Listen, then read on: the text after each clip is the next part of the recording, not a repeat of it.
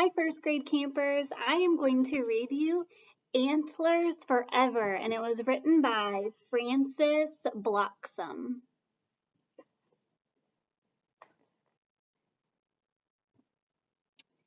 When young Orville Anderson Tarkington Moose awoke one bright morning, his antlers were loose.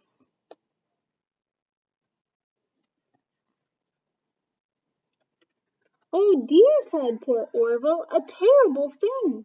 I've worked on these antlers since early last spring. Now winter is coming, and what shall I do without my fine antlers? Oh boo hoo hoo hoo! I've polished them daily and kept them quite strong. Now what in the world do you think has gone wrong?"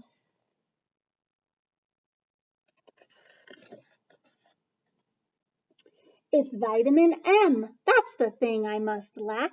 You get that from beezles, and those grow out back. I really hate beezles, they're stringy and tough, but losing your antlers is serious stuff." So Orville ate beezles galore, until he was full, and he burped and ate more.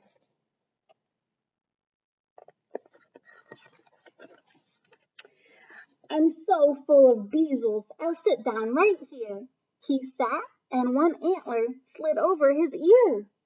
"How dreadful!" groaned Orville. "This really is foul. I need good advice, so I'll go talk to Owl." Because of his eyes and the calm way he sits, Owl looks like a bird with remarkable wits.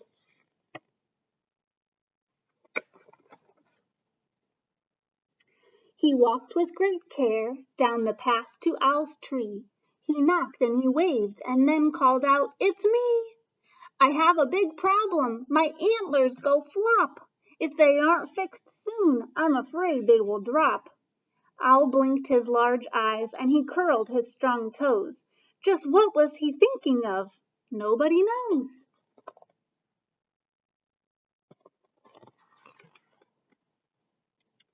"Young Orville," said Owl, "I'd have thought that you knew that antlers like yours are held on by a screw. Your screw has come loose, as screws sometimes will do. This makes you screw loose. Hee ho ho ha hoo.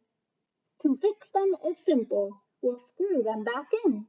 I'll hold them in place while you turn around and spin." "Oh, thank you," said Orville. "You're so very kind. Grab hold of my antlers. We'll give them a wind."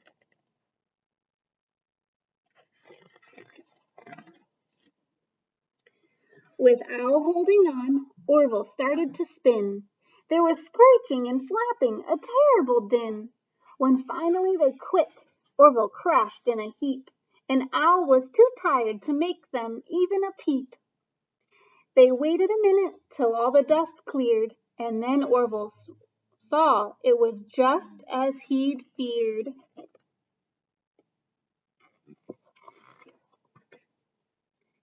His antlers were off. There they lay on the ground. Poor Orville was stunned. He could not make a sound. Then he threw back his head and he cried and he howled. He wept and he snorted and bellowed and yowled.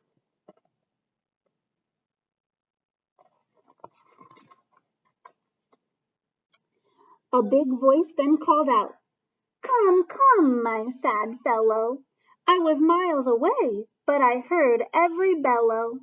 Explain your loud cries, they're upsetting us all." When Orville looked up, he saw this moose was tall, a moose large and broad with a beautiful beard. "Oh, sir," said young Orville, "it's just as I feared. I just could not save them. My antlers fell off. It's terribly sad. Now my friends will all scoff."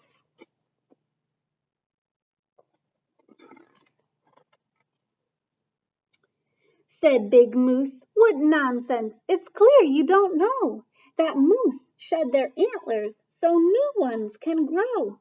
You must wait till spring, when new antlers will sprout, and they'll be much bigger, of that have no doubt.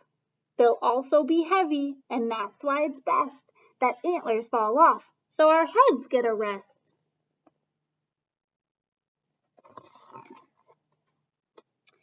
It's antlers forever, a new pair each spring.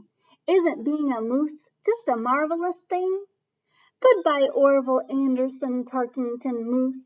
I'll soon look like you, 'cause my antlers are loose.